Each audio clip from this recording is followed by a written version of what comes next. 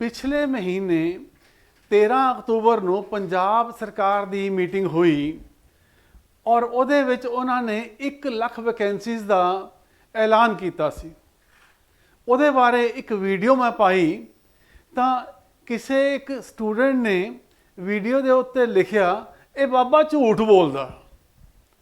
ਮੈਂ ਪਹਿਲੀ ਗੱਲ ਤਾਂ ਉਹਨੂੰ ਸਪਸ਼ਟ ਕੀਤੀ ਕਿ ਮੈਂ 65 ਸਾਲ ਦਾ ਇੱਕ ਜਵਾਨ ਆਦਮੀ ਹਾਂ। I am a young man of 65 years. I am not a old man. That is the first thing. ਦੂਜੀ ਗੱਲ ਮੈਂ ਜਿਹੜੀ ਕਹਿਣਾ ਚਾਹੁੰਦਾ ਕਿ ਮੈਂ ਇੱਕ ਜ਼ਰੀਆ ਹਾਂ ਕਿ ਸਰਕਾਰ ਨੇ ਕੋਈ ਫੈਸਲਾ ਕੀਤਾ ਤੁਹਾਡੇ ਕੋਲੋਂ ਮੈਂ ਫੈਸਲਾ ਤੁਹਾਡੇ ਤੱਕ ਪਹੁੰਚਾ ਦਿਆਂ ਜਾਂ ਤੁਹਾਡੀ ਆਵਾਜ਼ ਬਣ ਕੇ ਮੈਂ ਉਹਨਾਂ ਤੱਕ ਪਹੁੰਚਾ ਸਕਾਂ। ਚਲੋ ਹੁਣ 13 ਤਰੀਕ ਦੀ ਮੈਂ ਤੁਹਾਡੇ ਨਾਲ ਜਿਵੇਂ ਗੱਲ ਕੀਤੀ ਤਾਂ ਲੱਗਦਾ ਹੈ ਕਿ ਹਿੰਦੁਸਤਾਨ ਦੇ ਵਿੱਚ ਥੋੜਾ ਪਤਾ ਅੱਗੇ ਪਿੱਛੇ ਤਾਂ ਹੋ ਹੀ ਜਾਂਦਾ। ਉਹਦੇ ਸਰਕਾਰ ਨੇ ਕਿਹਾ ਸੀਗਾ ਕਿ 13 ਤਰੀਕ ਦੀ ਮੀਟਿੰਗ ਦੇ ਵਿੱਚ 31 ਅਕਤੂਬਰ ਤੱਕ ਸਾਰੀਆਂ ਅਨਾਉਂਸਮੈਂਟਾਂ ਕਰ ਦਿਆਂਗੇ। ਅੱਜ 13 ਨਵੰਬਰ ਨੂੰ ਪਹਿਲੀ ਅਨਾਉਂਸਮੈਂਟ ਤਾਂ ਆ ਗਈ ਹੈ। ਚਲੋ 31 ਦਾ 13 ਹੋ ਗਿਆ। ਇੰਨਾ ਕੁ ਤਾਂ ਚੱਲਦਾ ਹਿੰਦੁਸਤਾਨ ਦੇ ਵਿੱਚ। ਅੱਜ ਮੈਂ ਇਹੀ ਕਹੂੰਗਾ ਕਿ ਦੀਵਾਲੀ ਦਾ ਛੋਟਾ ਪਟਾਕਾ, ਵੱਡਾ ਪਟਾਕਾ ਨਹੀਂ ਮੈਂ ਕਹਿੰਦਾ, ਕਿ ਛੋਟਾ ਪਟਾਕਾ ਜਿਹੜਾ ਹੈ ਉਹ ਅੱਜ ਸਾਡੇ ਸਾਹਮਣੇ ਹੈ ਕਿ ਪੰਜਾਬ ਸਰਕਾਰ ਨੇ ਕੁਝ ਵੈਕੈਂਸੀਆਂ ਪੁਲਿਸ ਡਿਪਾਰਟਮੈਂਟ ਦੇ ਜੇਲ੍ਹ ਸੁਪਰਡੈਂਟ ਦੀਆਂ ਵੈਕੈਂਸੀਜ਼, ਅਸਿਸਟੈਂਟ ਜੇਲ੍ਹ ਸੁਪਰਡੈਂਡੈਂਟ, ਵੈਲਫੇਅਰ ਆਫਿਸਰ ਤੇ ਪ੍ਰੋਬੇਸ਼ਨ ਆਫਿਸਰ ਦੀਆਂ ਵੈਕੈਂਸੀਜ਼ ਡਿਕਲੇਅਰ ਕੀਤੀਆਂ ਨੇ। ਇਹਨਾਂ ਬਾਰੇ ਜਾਣਕਾਰੀ ਮੈਂ ਤੁਹਾਨੂੰ ਅੱਜ ਦੇਣ ਲੱਗਿਆ ਤੇ ਦੇਖੀਏ ਆਪਾਂ ਇਹਦੇ ਵਿੱਚ ਨਾ ਕਿ 13 ਤਰੀਕ ਦੀ ਨੋਟੀਫਿਕੇਸ਼ਨ ਹੈ ਔਰ 16 ਤਰੀਕ ਤੋਂ ਇਹਨਾਂ ਦੀ ਫਾਰਮ ਭਰਨ ਦੀ ਡੇਟ ਸ਼ੁਰੂ ਹੋ ਜਾਏਗੀ।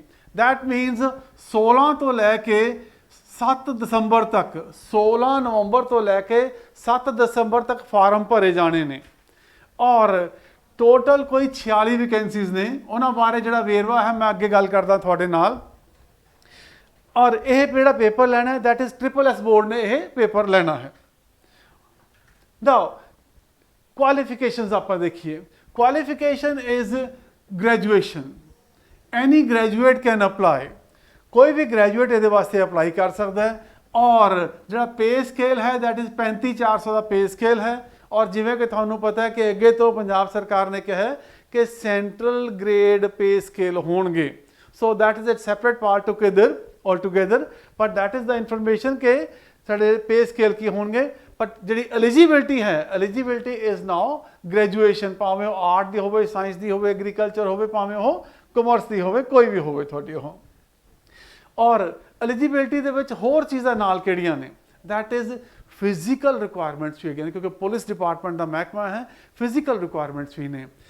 ਲੜਕਿਆਂ ਵਾਸਤੇ ਹਾਈਟ 5 ਫੁੱਟ 7 ਇੰਚ ਹੋਣੀ ਚਾਹੀਦੀ ਹੈ। ਗੋਰਖਾਸ ਵੀ ਅਪਲਾਈ ਕਰ ਸਕਦੇ ਨੇ। ਉਹਨਾਂ ਵਾਸਤੇ ਜਿਹੜਾ ਹੈਗਾ ਥੋੜ੍ਹਾ ਜਿਹਾ ਉਹਨਾਂ ਨੇ ਘੱਟ ਕੀਤਾ ਹੋਇਆ ਦੈਟ ਇਜ਼। ਔਰ ਲੜਕੀਆਂ ਵਾਸਤੇ ਜਿਹੜਾ ਹੈਗਾ 5 ਫੁੱਟ 3 ਇੰਚ ਹੈ। ਲੜਕਿਆਂ ਵਾਸਤੇ 5 ਫੁੱਟ 7 ਇੰਚ ਔਰ ਕੁੜੀਆਂ ਵਾਸਤੇ 5 ਫੁੱਟ 3 ਇੰਚ। ਕੁੜੀਆਂ ਵਾਸਤੇ ਮਿਨੀਮਮ weight ਦੀ ਵੀ ਰਿਕੁਆਇਰਮੈਂਟ ਹੈ ਕਿ 50 ਕਿਲੋ weight ਵੀ ਉਹਨਾਂ ਦਾ ਹੋਣਾ ਚਾਹੀਦਾ ਹੈ। ਔਰ ਪਹਿਲਾਂ ਟੈਸਟ ਹੋਏਗਾ ਔਰ ਟੈਸਟ ਤੋਂ ਬਾਅਦ ਫਿਰ ਫਿਜ਼ੀਕਲੀ ਐਫੀਸ਼ੀਐਂਸੀ ਟੈਸਟ ਉਹ ਵੀ ਇਹਦੇ ਵਿੱਚ ਸ਼ਾਮਲ ਹੈ। ਨਾਓ ਵੈਕੈਂਸੀਜ਼ ਜਿਵੇਂ ਤੁਹਾਡੇ ਨਾਲ ਗੱਲ ਕਰ ਰਿਹਾ ਸੀਗਾ ਕਿ ਇਹਦੇ 'ਚ ਵੈਕੈਂਸੀਜ਼ ਕਿਹੜੀਆਂ ਨੇ। 19 ਵੈਕੈਂਸੀਜ਼ ਜਿਹੜੀਆਂ ਨੇ that is the total number of 19 vacancies ਜਿਹੜੀਆਂ ਜਨਰਲ ਕੈਟੇਗਰੀ ਦੇ ਵਿੱਚ ਨੇ ਔਰ 5 ਵੈਕੈਂਸੀਜ਼ ਜਿਹੜੀਆਂ ਨੇ ਤੁਹਾਡੀਆਂ ਇਹ ਵੀਕਰ ਸੈਕਸ਼ਨਸ ਦੇ ਵਿੱਚ ਨੇ। ਸ਼ੈਡਿਊਲ ਕਾਸਟ ਦੇ ਵਿੱਚ 9 ਵੈਕੈਂਸੀਆਂ ਮਜ਼੍ਹਬੀ ਤੇ ਬਾਲਮੀਕੀ, 5 ਮਜ਼੍ਹਬੀ ਐਂਡ ਬਾਲਮੀਕੀ ਤੇ 4 ਰਾਮਦਾਸੀਏ ਤੇ ਬਾਕੀ। ਔਰ 1 ਵੈਕੈਂਸੀ ਸਪੋਰਟਸਮੈਨ ਵਾਸਤੇ ਸ਼ੈਡਿਊਲ ਕਾਸਟ ਕੈਟੇਗਰੀ ਦੇ ਵਿੱਚ। ਸ਼ੈਡਿਊਲ ਕਾਸਟ ਐਕਸ ਸਰਵਿਸਮੈਨ ਦੇ ਵਿੱਚ 2 ਵੈਕੈਂਸੀਆਂ, 1 ਮਜ਼੍ਹਬੀ ਤੇ ਬਾਲਮੀਕੀ, 1 ਰਾਮਦਾਸੀਏ ਤੇ ਦੂਸਰੇ। ਬੈਕਵਰਡ ਦੇ ਵਿੱਚ 5 ਔਰ ਬੈਕਵਰਡ ਕਲਾਸ ਐਕਸ ਸਰਵਿਸਮੈਨ ਦੇ ਵਿੱਚ 1, ਐਕਸ ਸਰਵਿਸਮੈਨ ਦੀਆਂ 3 ਤੇ ਫਰੀडम ਫਾਈਟਰ ਦੀ 1। ਟੋਟਲ 46 ਵੈਕੈਂਸੀਜ਼ ਨੇ ਜਿਹੜੀਆਂ ਕਿ ਇਹਨਾਂ ਦੇ ਵਿੱਚ ਮੈਂਸ਼ਨ ਕੀਤੀਆਂ ਗਈਆਂ ਨੇ। ਔਰ ਇਹਦੇ ਨਾਲ ਫਿਰ ਕਿਹਾ ਹੈ ਕਿ 33% ਕੁੜੀਆਂ ਵਾਸਤੇ ਵੀ ਰਿਜ਼ਰਵੇਸ਼ਨ ਹੈ। ਉਹਨਾਂ ਦਾ ਕੋਟਾ ਇੱਧਰਲੇ ਪਾਸੇ ਦਿੱਤਾ ਗਿਆ ਹੈ ਕਿ 19 ਚੋਂ 6 ਕੁੜੀਆਂ ਵਾਸਤੇ ਹੋਣਗੀਆਂ ਜਨਰਲ ਦੇ ਵਿੱਚੋਂ, 5 ਚੋਂ 2 ਹੋਣਗੀਆਂ ਤੁਹਾਡੀਆਂ ਇਕਨੋਮਿਕਲ ਵੀਕਰ ਸੈਕਸ਼ਨ ਦੇ ਵਿੱਚ ਔਰ ਫਿਰ ਸ਼ੈਡਿਊਲ ਕਾਸਟ ਦੇ ਵਿੱਚ 9 ਚੋਂ 2 ਤੇ 1, सिमिलरली ਇਹ ਜਿਹੜਾ ਵੇਰਵਾ ਹੈ that is for the women category. Now ਉਮਰ ਕਿੰਨੀ ਹੋਏਗੀ? that is 21 to 27. ਉਮਰ ਦੀ ਜਿਹੜੀ ਕੈਟੇਗਰੀ ਹੈ that is 21 to 27. 21 ਤੋਂ ਲੈ ਕੇ 27 ਸਾਲ ਦੇ ਜਿਹੜੇ ਕੈਂਡੀਡੇਟ ਨੇ ਇਹਦੇ ਵਾਸਤੇ ਅਪਲਾਈ ਕਰ ਸਕਦੇ ਨੇ। ਔਰ ਜਿਹੜੀ ਡੇਟ ਉਮਰ ਦੀ ਹੈਗੀ ਹੈ that should be on the 1st of January 2020। ਕਿਉਂਕਿ ਇਹ ਨੋਟੀਫਿਕੇਸ਼ਨ ਦੇਖਿਆ ਜਾਵੇ ਤਾਂ ਇਹ 10 ਜਨਵਰੀ 2020 ਨੂੰ ਆ ਗਈ ਸੀ। ਉਸ ਤੋਂ ਬਾਅਦ ਕਰੋਨਾ ਆ ਗਿਆ, ਹੋਰ ਹਾਲਾਤ ਖਰਾਬ ਹੋ ਗਏ, ਇਸ ਕਰਕੇ ਸਾਰਾ ਪ੍ਰੋਸੈਸ ਡਿਲੇ ਹੋ ਗਿਆ। ਪਰ ਕਿਉਂਕਿ ਇਹ ਪੁਰਾਣੀ ਨੋਟੀਫਿਕੇਸ਼ਨ ਹੈ, ਪੁਰਾਣੀ ਨੋਟੀਫਿਕੇਸ਼ਨ ਦੇ ਮੁਤਾਬਕ ਜਿਹੜੀ ਡੇਟ ਆਫ ਐਲੀਜੀਬਿਲਟੀ ਹੈ that is 1st of January 2020 ਕਿ 2020 ਨੂੰ ਇਹ ਕੰਡੀਸ਼ਨਸ ਪੂਰੀਆਂ ਹੋਣੀਆਂ ਚਾਹੀਦੀਆਂ ਨੇ ਏਜ ਵਾਲੀਆਂ। that means 21 ਤੋਂ ਲੈ ਕੇ 27 ਤੱਕ ਦੀ ਏਜ ਹੋਣੀ ਚਾਹੀਦੀ ਹੈ। ਔਰ ਜਿਹੜੇ scheduled caste and backward classes ਹੈ ਉਹਨਾਂ ਵਾਸਤੇ ਜਿਹੜੀ ਏਜ ਹੈ that is 32 years। ਫਿਰ ਜਿਹੜੇ ਗਵਰਨਮੈਂਟ EMPLOYEES ਨੇ ਉਹਨਾਂ ਵਾਸਤੇ ਜਿਹੜੀ ਉਮਰ ਹੈਗੀ ਹੈ 35 ਸਾਲ ਹੈ। ਔਰ ਜਿਹੜੇ ਫੌਜੀਆਂ ਵਾਸਤੇ ਹੈ ਉਹਨਾਂ ਵਾਸਤੇ ਆਈ ਥਿੰਕ ਸਾਰਿਆਂ ਨੂੰ ਪਤਾ ਹੋਣਾ ਚਾਹੀਦਾ, ਐਕਸ ਸਰਵਿਸਮੈਨ ਨੂੰ ਪਤਾ ਹੀ ਹੁੰਦਾ ਕਿ ਜੇ ਮੈਕਸਿਮਮ ਉਮਰ ਆਪਾਂ ਕਹੀਏ ਤਾਂ 45 ਜਿੰਨੀ ਮਤਲਬ ਕਿ ਉਹਨਾਂ ਨੇ ਫੌਜ ਵਿੱਚ ਨੌਕਰੀ ਕੀਤੀ ਹੈ ਉਹਨਾਂ ਦੀ ਉਮਰ ਦੇ ਵਿੱਚੋਂ ਓਨੀ ਉਮਰ ਘਟਾ ਦਿੱਤੀ ਜਾਵੇ ਔਰ ਉਹ 30 ਸਾਲ ਤੋਂ ਘੱਟ ਹੋਵੇ। that means ਕਿ they are also eligible।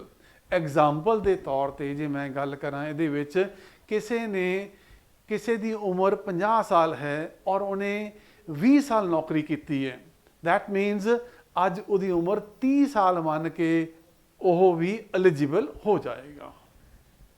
Okay, so that is the age criteria।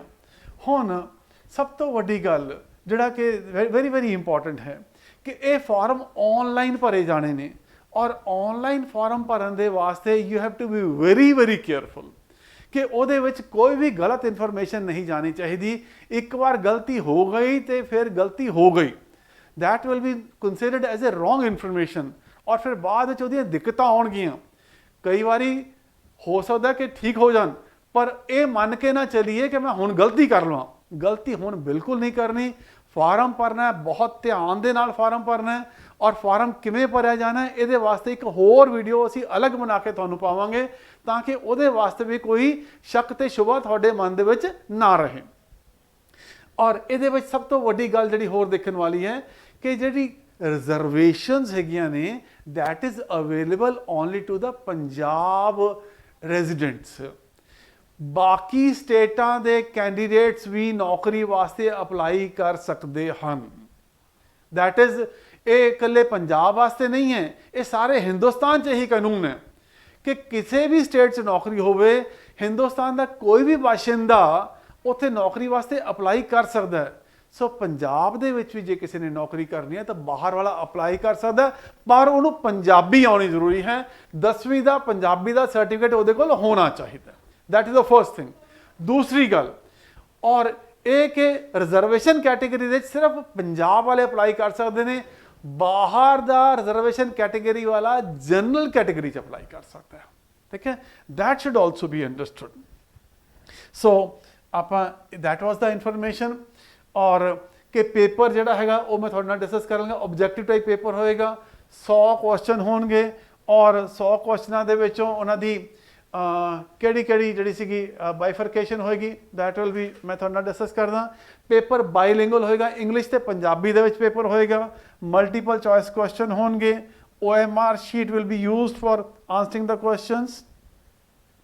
Exam will be conducted in MCQ multiple question format।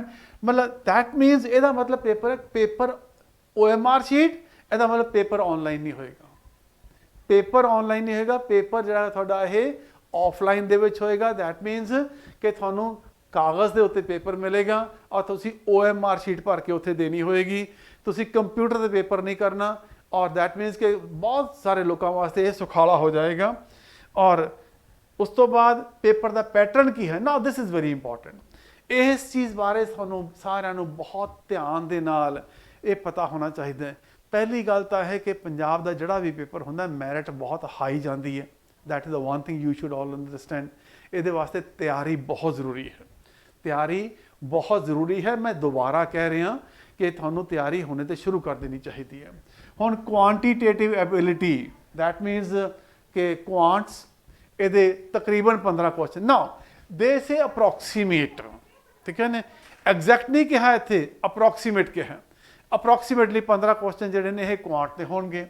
Information technology and cyber laws, that means computer and information technology 20 question ये ने, that means it is very very important. ये बहुत important हो जाएगा थोड़े वास्ते। फिर reasoning ability 15 question, ठीक है। ये सिलेबस के क्वांट के number series, profit and loss, calculation, divisibility, simplification, वो सारी चीज़ा दैट वो तुम मतलब कि देखोगे पता लगेगा। ये information technology, basic computer, working mobile, networking, मतलब ये देखोगे 5G तक पाया हुआ है। 5G वाईफाई, वो पुरानियां पढ़ाइयां भुल जाओ तो नवियां पढ़ाइयां तैयारी करो। That is what you need to understand. मतलब थानू ये भी पता होना चाहिए 5G के किहड़ी कंपनी, जी हुआवी कदे ना सुनिया हो तो Chinese company Huawei, they are into the 5G।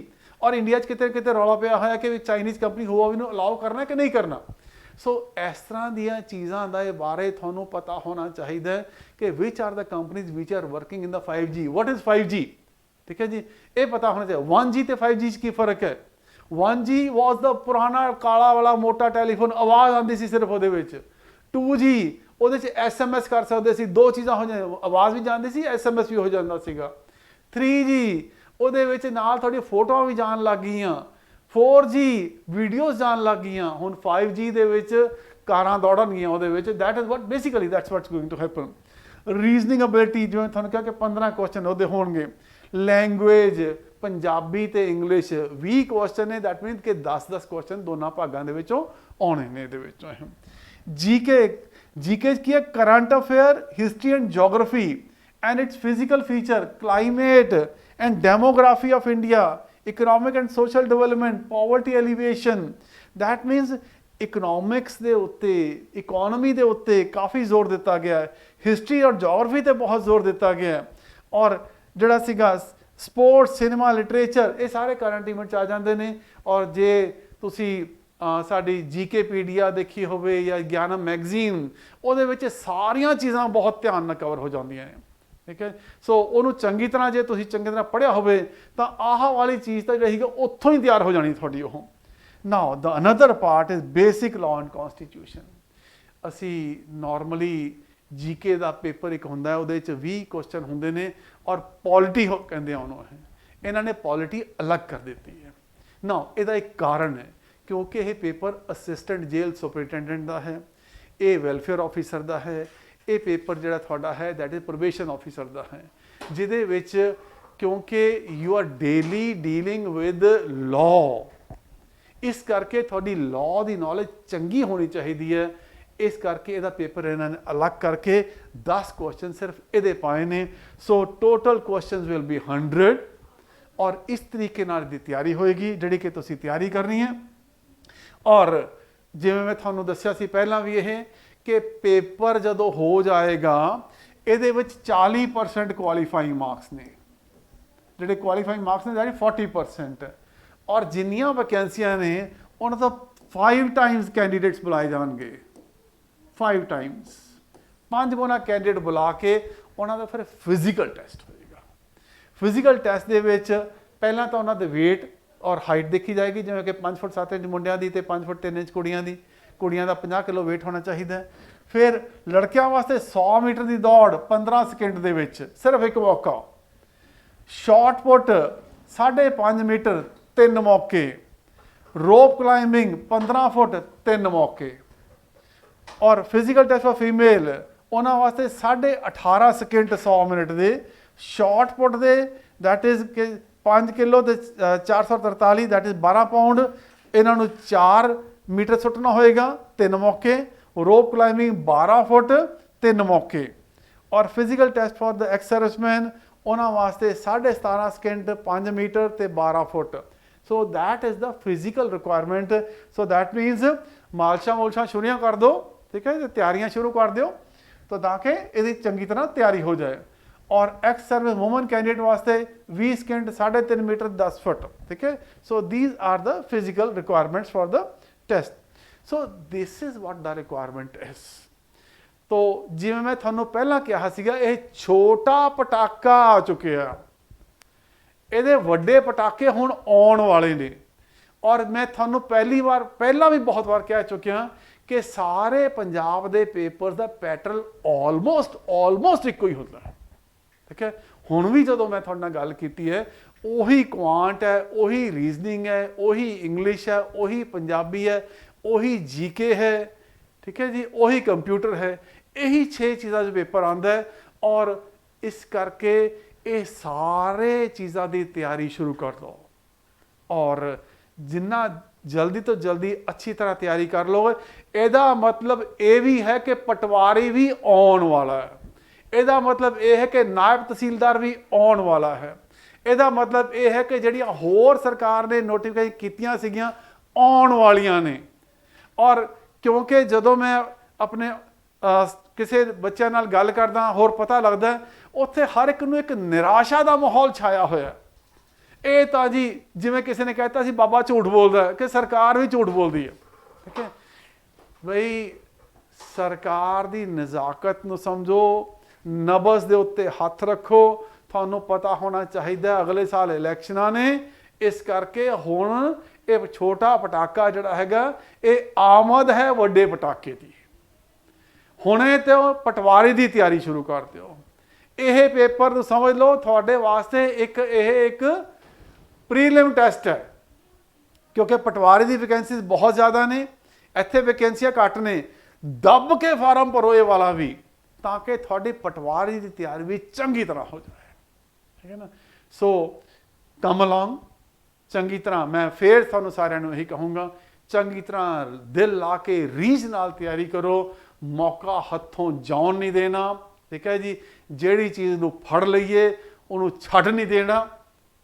ਔਰ ਬਾਕੀ ਤਾਂ ਤੁਸੀਂ ਜਾਣਦੇ ਹੀ ਹੋ ਕਿ ਅਸੀਂ ਤਿਆਰੀ ਕਰਵਾ ਰਹੇ ਹਾਂ। ਆਨਲਾਈਨ ਕਲਾਸਾਂ ਉਹ ਵੀ ਚੱਲ ਰਹੀਆਂ ਨੇ, ਔਰ ਆਨਲਾਈਨ ਬੈਚ ਵੀ ਚੱਲੇਗਾ ਇਸ ਚੀਜ਼ ਦਾ, ਔਰ ਰਿਕਾਰਡਡ ਬੈਚ ਉਹ ਵੀ ਮਿਲਣਗੇ। ਪਰ ਤਿਆਰੀ ਚੰਗੀ ਤਰ੍ਹਾਂ ਆਪਣੀ ਸ਼ੁਰੂ ਕਰ ਦਿਓ ਵਾਂਸ ਅਗੇਨ, ਤਾਂ ਕਿ ਅਸੀਂ ਆਪਣਾ ਜਿਹੜਾ ਕੋਰਸ ਲਾਂਚ ਕੀਤਾ ਹੈ, ਔਰ ਇਹ ਕੋਰਸ ਜਿਹੜਾ ਸੀਗਾ ਤੁਹਾਨੂੰ ਆਪਣੀ ਸਾਡੀ ਗਿਆਨਮ ਦੀ ਐਪ ਦੇ ਉੱਤੇ, ਗਿਆਨਮ ਐਪ ਦੇ ਉੱਤੇ ਤੁਹਾਨੂੰ ਮਿਲ ਜਾਏਗਾ, ਠੀਕ ਹੈ ਜੀ। ਤੁਸੀਂ ਜੇ ਪਲੇ ਸਟੋਰ 'ਤੇ ਜਾਓਗੇ, ਉੱਥੇ ਗਿਆਨਮ ਐਪ ਦੇਖੋਗੇ, ਉੱਥੇ ਤੁਹਾਨੂੰ ਇਹ ਕੋਰਸ ਮਿਲ ਜਾਏਗਾ। ਐਂਡ ਉਹਦੇ ਉੱਤੇ ਤੁਸੀਂ ਐਪਲੀਕੇਸ਼ਨ ਨੂੰ ਡਾਊਨਲੋਡ ਕਰਕੇ and you can join it, ਠੀਕ ਹੈ ਜੀ। ਫੋਨ ਨੰਬਰ ਸਾਡਾ ਜਿਹੜਾ ਸੀਗਾ 9117343434। ਇੱਥੇ ਕਾਲ ਕਰੋ, ਸਾਰੀ ਜਾਣਕਾਰੀ ਮਿਲ ਜਾਏਗੀ ਤੁਹਾਨੂੰ ਇਸ ਚੀਜ਼ ਦੀ। ਔਰ ਉਹਦੇ ਨਾਲ ਜਿਹੜਾ ਸੀਗਾ ਤੁਸੀਂ ਆਨਲਾਈਨ ਬੈਚ ਜੁਆਇਨ ਕਰਨਾ ਚਾਹੁੰਦੇ ਹੋ, ਔਰ ਲਾਈਵ ਬੈਚ ਜੁਆਇਨ ਕਰਨਾ ਚਾਹੁੰਦੇ ਹੋ, ਕੋਈ ਵੀ ਬੈਚ ਜੁਆਇਨ ਕਰਨਾ ਚਾਹੁੰਦੇ ਹੋ, ਸੋ ਉਹ ਸਾਰੀ ਇਨਫੋਰਮੇਸ਼ਨ ਤੁਹਾਨੂੰ ਮਿਲ ਜਾਏਗੀ। ਪਰ ਵਾਂਸ ਅਗੇਨ ਇਹ ਦੇਰ ਨਹੀਂ ਕਰਨੀ, ਤਿਆਰੀ ਹੁਣੇ ਸ਼ੁਰੂ ਕਰਨੀ ਆਪਾਂ ਨੇ। ਸੋ ਇਹਦੇ ਨਾਲ ਹੀ ਮੈਂ ਤੁਹਾਨੂੰ ਇੱਕ ਜਿੱਤ ਦਾ ਸੰਦੇਸ਼ ਦਿੰਦੇ ਹੋਏ ਕਿ ਦਿਲ ਨਾਲ ਤਿਆਰੀ ਕਰੋਗੇ, ਸਭ ਕੁਝ ਕਾਮਯਾਬ ਹੋਏਗਾ, ਠੀਕ ਹੈ ਜੀ। And that is what we have to do. ਦਿਲ ਆਪਣੇ ਆਪ ਤੇ ਭਰੋਸਾ ਰੱਖੋ ਔਰ ਚੰਗੀ ਤਰ੍ਹਾਂ ਤਿਆਰੀ ਕਰੋ। I wish you all the best and wish you happy Diwali to all of you. Thank you.